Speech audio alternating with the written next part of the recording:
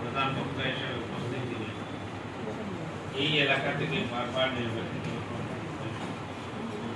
সাবেক পররাষ্ট্রমন্ত্রী বর্তমান পররাষ্ট্র মন্ত্রণালয়ের স্থায়ী কমিটির সভাপতি ডক্টর একে মুমিন, এখানে উপস্থিত আমাদের সিলেট পাশের মাননীয় সংসদ সদস্য এবং ধর্ম মন্ত্রণালয়ের স্থায়ী কমিটির চেয়ারম্যান জনাব মৌলানা হুসাইন চৌধুরী, এখানে উপস্থিত আমাদের জেলা পরিষদের সম্মানিত চেয়ারম্যান অ্যাডভোকেট নাসিরুদ্দিন খান সহ উপস্থিত সম্মানিত শিক্ষকবৃন্দ, ছাত্রছাত্রীবৃন্দ এবং বিভিন্ন পর্যায়ে আমাদের সাবেক বর্তমান শিক্ষকবৃন্দ, আসসালামু আলাইকুম। এখানে অত্যন্ত দুঃখের বিষয় এবং পরিতাপের বিষয়,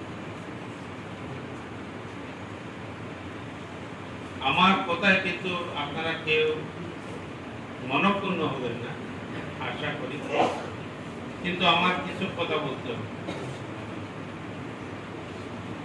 আমরা যে যে দায়িত্বে আছি সেই দায়িত্বগুলো আমরা সঠিকভাবে পালন করতেছি কি করতেছি না সেটা নিয়ে নিজেকে নিজে প্রস্তুত করা এবং নিজের মুক্ত থেকে নিজে উত্তর বাইর করলে সবচেয়ে ভালো হবে।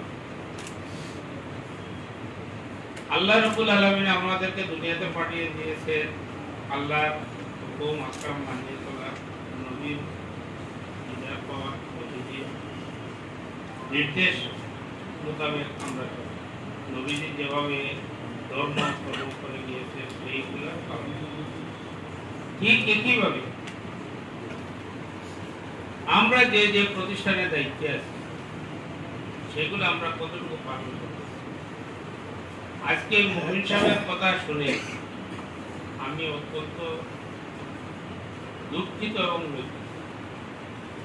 উনি এই এলাকার এর পূর্বে ছিলেন আমাদের অর্থমন্ত্রী, বারবার অর্থমন্ত্রী ছিলেন। উনাকে অবগত করা হয় নাই, অবহিত করা হয় নাই এই মাদ্রাসার সম্পর্কে। মাদ্রাসার যারা কর্মকর্তা ছিলেন উনারা কোনো সম্পর্ক রাখেন। মুমিন সাহেবের বক্তব্য থেকে বোঝা গেল উনার সাথে কোনো সম্পর্ক। তাহলে মাদ্রাসার উন্নয়ন কিভাবে? মাদ্রাসার উন্নয়ন করতে হলে এই এলাকার নির্বাচিত প্রতিনিধির সাথে সম্পর্ক। কিন্তু আপনারা এখানে যেটা আমার ভাইস প্রিন্সিপাল সাহেব দ্বিতীয়, আমার তৃতীয়, কিন্তু উনার যে বক্তব্য এগুলা এই সমস্ত বক্তব্য রাখা উচিত হয়। উনি চলে যাবেন, উনি 75% ঢাকাতে, 25% সিলেটে, এগুলা বলা ঠিক।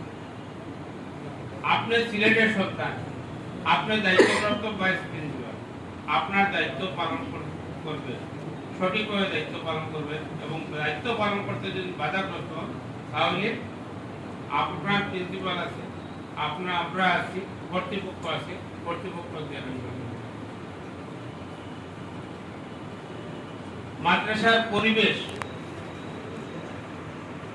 পরিবেশ ফিরিয়ে আনতে হবে। আজকে আমরা যে এখানে এসেছি মৌলানা হুসাইন চৌধুরী, উনি আমাদেরকে, আপনি প্রিন্সিপাল তো আমাদেরকে বলেন নাই, আপনি ভাইস প্রিন্সিপাল তো বলেন নাই, আপনারা তো কোনোদিন মুমিন সাহেবের কাছেও যান নাই। তাহলে এটার দায় দায়িত্ব কে নিবে? এই ছাত্রছাত্রীদের দায় দায়িত্ব কে নিবে? এই ছাত্রছাত্রীদের অভিভাবকদের দায়িত্ব। অভিভাবকরা ইচ্ছা অনেক আশা ভরসা করে মাদ্রাসাতে যে আমার ছেলে মাদ্রাসাতে জীব সুশিক্ষায় শিক্ষিত হয়ে বাইরে হবে, আলিম হয়ে বাইরে, দক্ষ মৌলানা হবে, দক্ষ একজন মানুষ হয়ে বাড়ি। কিন্তু সেই দায়িত্ব মা বাবার দায়িত্ব ছেলেকে বড় করা, মাদ্রাসাতে ভর্তি করার পর মাদ্রাসার প্রিন্সিপাল, শিক্ষক, ওনাদের দায়িত্ব হলো কি এই ছাত্রছাত্রীদের দেখাশোনা।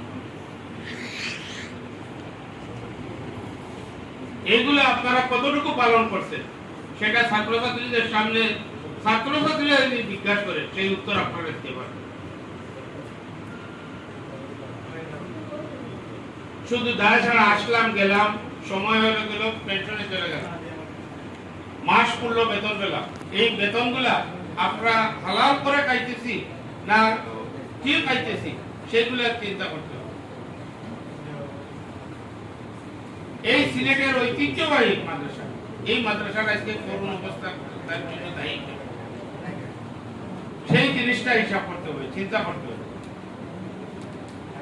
যদি আমাদের কাছে যাইতেন আর আমরা শুনতাম না, আমরা করতাম না, তাহলে আমাদেরকে দায়ী করতে পারতেন। মুনিশ সাহেবের কাছে যদি যাইতেন আপনারা, বারবার যাবেন, আপনার অভিভাবক, এই এলাকার নির্বাচিত প্রতিনিধি, এই এলাকার মন্ত্রী ছিলেন, অর্থমন্ত্রী ইচ্ছা করলে প্রত্যেক জায়গাতে যখন স্কুলের বিল্ডিং দিচ্ছে, শিক্ষক দিচ্ছে, এই মাদ্রাসাতে কেন হলো,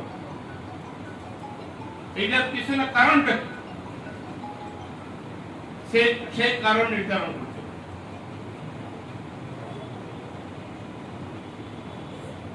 মাদ্রাসার পরিবেশ, এখানে ছাত্রছাত্রী যারা আছে, ছাত্ররা ধর্মীয় লেবাস পড়বে, শিক্ষকরাও তাদেরকে শিক্ষা দিবে, নিজেরাও কিছুটা আত্মশুদ্ধি করবে, নিজেদের পরিবেশ, নিজেদের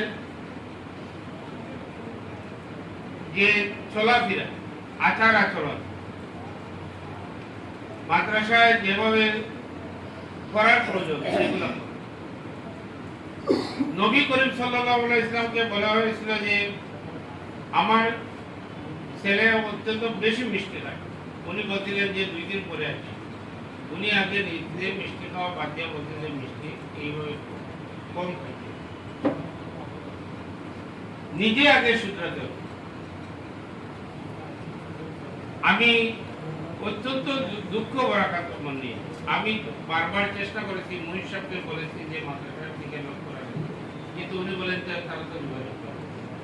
মুনিশ সাহেব একবার তিনি গতবার গিয়েছিলেন, মন্ত্রী ছিলেন, এবার তিনি সংসদ সদস্য। উনাকে তো আপনারা বলেন না, আপনারা বলছেন প্রিন্সিপাল সাহেব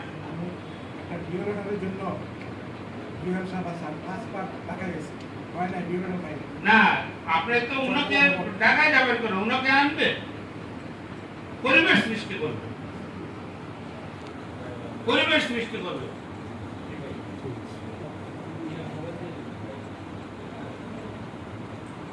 এখানে আমি আমার বক্তব্য আর দীর্ঘায়িত করব না। এখানে যে জিনিসগুলা আমরা উপলব্ধি করলাম, আমাদের যোগাযোগের অভাব আছে, যোগাযোগ ঠিক করতে হবে স্থানীয় সংসদ সদস্যের সাথে, ওনাকে সব সময় অবহিত করতে হবে, ওনার কাছ থেকে প্রোগ্রাম নিতে হবে।